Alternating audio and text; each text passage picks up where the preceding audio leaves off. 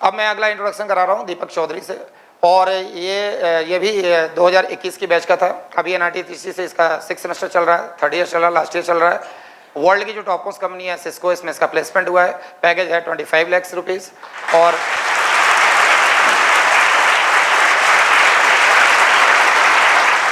ये 2nd year से ही इसने ज्वाइन कर लिया था, 7 अक्टूबर की बैच का था। और कैसे इसकी जीवन यात्रा थी, कैसे इसने तैयारी करा, और फिर एनआईटी त्रिची में जाके कैसी पढ़ाई करा ताकि वर्ल्ड की टॉप मोस्ट कंपनी सिस्को मिल पाए। यही जो पढ़ाई यहाँ इन्होंने साल भर किया था, यही पढ़ाई उनको काम आई, और यही स्टेमिना, मतलब इन्होंने थीम नहीं छोड़ा इन बच्चों ने, और उस थीम के कारण वो पढ़ाई को कंटिन्यू करे। कोई कोडिंग में इनकी कोई खास कमांड नहीं थी कि सी लैंग्वेज पहले से आता था, इनको डीएस पहले से आता था, ऑपरेटिंग सिस्टम पहले से आता था। इन्होंने बस क्या करा कि बस थीम वही थी मेहनत करने की 13 से 14 घंटे। ये आरडी समय एमएल खन्ना की जगह ये सारी बुक्स रिप्लेस होके उनकी सी लैंग्वेज डीएसओएस की बुक्स को उसी थीम के साथ मेहनत करना चालू करा, प्रोग्रामिंग करना चालू करा। दिन रात 14 घंटे भिड़ गए, और जो कंपनी आई उसका प्लेसमेंट इन्होंने निकाल लिया, अच्छे पॉइंटर बनाए, सब बेहतर करा। बस मेहनत कभी भी डॉक्टर नहीं हारती है। अगर मेहनत करने वाला व्यक्ति उसको हराया नहीं जा सकता, और कोई अगर मक्कारी कर रहा तो उसको जिताया नहीं जा सकता। तो इस बात को दिमाग में बैठा लिया तो बेहतर हो पाएगा। आजा लड़के।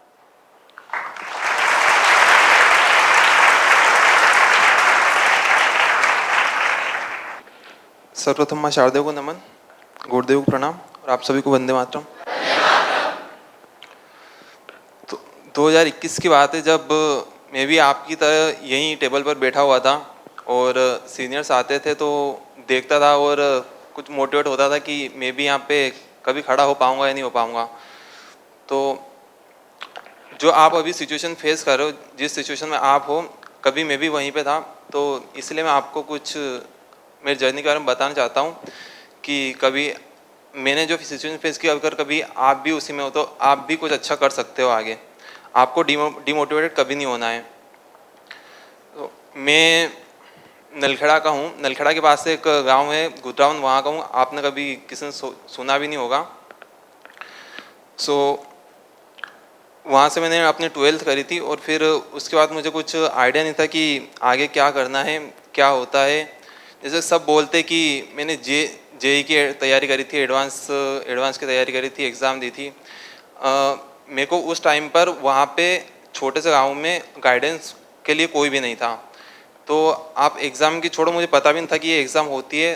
तो मैंने उसकी एग्ज़ाम वगैरह की प्रिपरेशन कुछ करी, क्या एग्ज़ाम भी नहीं दी थी उस टाइम पे। फिर 12th के बाद कुछ करना था, तो घर वालों ने बोला कुछ करना है, तो मैं आ गया इंदौर की। और एक क्रिश्चियन एमिनेंट कॉलेज था मेरा, तो ज्वाइन कर लिया कि आगे कुछ भी गवर्नमेंट वगैरह प्रिपरेशन कर लेंगे। क्लियर कुछ भी नहीं था, बस बोला और मैं आ गया यहाँ पे। तब तक मेरा कुछ भी क्लियर नहीं था। 12th में मेरे 65% थे, बिल्कुल बिलो एवरेज स्टूडेंट था मैं। और उसके बाद सर के जो सेमिनार होते हैं, तो भैया थे अपनी एकेडमी कभी से चले आ रही, हम तो अब यहाँ पे आए। तो भैया के सीनियर्स थे, तो उन्होंने कभी एकेडमी ज्वाइन करी थी, और वो आज बहुत अच्छी कंपनी में। तो उन्होंने बोला था भैया को, तो भैया ने मुझे बोला था कि सेमिनार हो रहा है तो वहाँ पे चले जाओ और अटेंड कर ले। तो मैं आ गया, सर का मैंने सेमिनार अटेंड किया। तो वहाँ से मेरे को लगा कि हाँ, अब क्योंकि कुछ कर तो सकते नहीं थे, 65% थे। बाकी कुछ कॉलेज के सपने देख नहीं सकते थे, क्योंकि यहाँ पे इंदौर में अपना कॉलेज है होलकर कॉलेज, तो वो भी मेरे को नहीं मिला था। 65% में तो आपको मिल नहीं सकता। तो एनआईटी त्रिची तो फिर आप छोड़ ही दो। तो आप सोच सकते हो कि मेरी सिचुएशन क्या थी। फिर मैंने सेमिनार अटेंड किया, फिर वहाँ से थोड़ा कुछ मोटिवेशन आया, और मैंने जो फर्स्ट बैच थी 7 अक्टूबर, तो वही मैंने उसके लिए रजिस्ट्रेशन करवा दिया और वो मैंने ज्वाइन कर ली।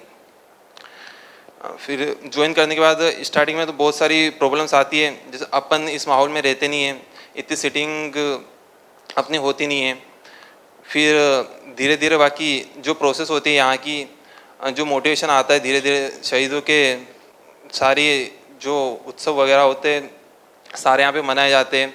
सर के मोटिवेशनल लेक्चर होते रहते हैं, और सर ने हमको बिल्कुल बेसिक से स्टार्ट किया था, और बेसिक से स्टार्ट करके लास्ट में आपके आरटी एफटी सब कुछ होता है। तो वहाँ तक सर ने मुझे पहुँचाया।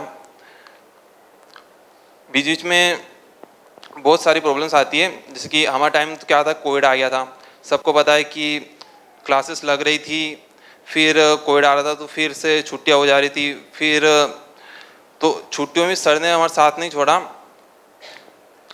सर स्टार्टिंग में कुछ टाइम था, बाकी बाद में सर ने सब कुछ ऑनलाइन अरेंजमेंट कर दिया और फिर हमारी ऑनलाइन क्लासेस स्टार्ट हुई। बाकी ऑनलाइन में वो माहौल मिल नहीं पाता था जो यहाँ पे मिलता है, तो उसके चलते थोड़ी बहुत मक्कारी भी करी थी स्टार्टिंग में। बाकी बाद में धीरे धीरे जैसे यहाँ पे आए, सर के मोटिवेशनल लेक्चर्स वगैरह स्टार्ट हुए तो कुछ मोटिवेशन आता था कि पहले सोचता NIT, चलो कि NIT रायपुर तो मिल ही जाएगा। फिर अगर सोचना ही है तो NIT त्रिची का ही सोचो ना, रायपुर मिल ही रहा है तो फिर मैंने वहाँ से थोड़ा थोड़ा सोचना स्टार्ट किया और थोड़ा थोड़ा पढ़ाई स्टार्ट करी। फिर बाकी सर का गाइडेंस तो अपने हमेशा साथ में रहता ही है। जैसे कि पहले आपकी CT होती है, RT होती है, FT होती है, और हमारे टाइम पे तो सर ने FT फेस 10 डिज़ाइन किया था। बाकी अब तो और बहुत आगे बढ़ चुका होगा आपके लिए, तो और बहुत कुछ आपको नया मिलेगा। बहुत सारी प्रॉब्लम्स भी आएगी आपको बीच बीच में, तो मेन यही है कि आपको छोड़ना नहीं है, बिल्कुल गिव अप कभी नहीं करना है। सर हमेशा आपके साथ है, अभी भी है, आगे भी रहेंगे, और जब आप कंपनी ज्वाइन कर लोगे तब भी आपके साथ रहेंगे। तो आपको कभी डीमोटिवेट नहीं होना है। और एक बात और कहना चाहूँगा कि हो सकता है आप कभी किसी से इन्फ्लुएंस हो जाए, तो जैसे कि आप इस माहौल में हो कि आप दिन भर यहाँ पे हो, आपको कोई बोलेगा कि क्या तू दिन भर वहाँ पे रहते हो, पढ़ाई करते हो, तो कुछ काम वगैरह है नहीं है क्या तुम्हारे पास?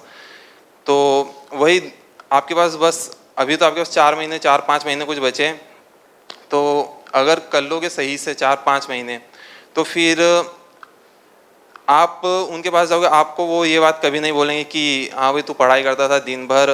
फिर वो बोलेंगे काश मैं भी तुम्हारे साथ वो पढ़ाई कर लेता उस टाइम पे। तो मेन आपके पास से टाइम ही है। टाइम आपको 2 चीज़ें बहुत सही मिली, टाइम भी आपके पास और ये स्थान सर है आपके पास, तो क्या ही चाहिए फिर।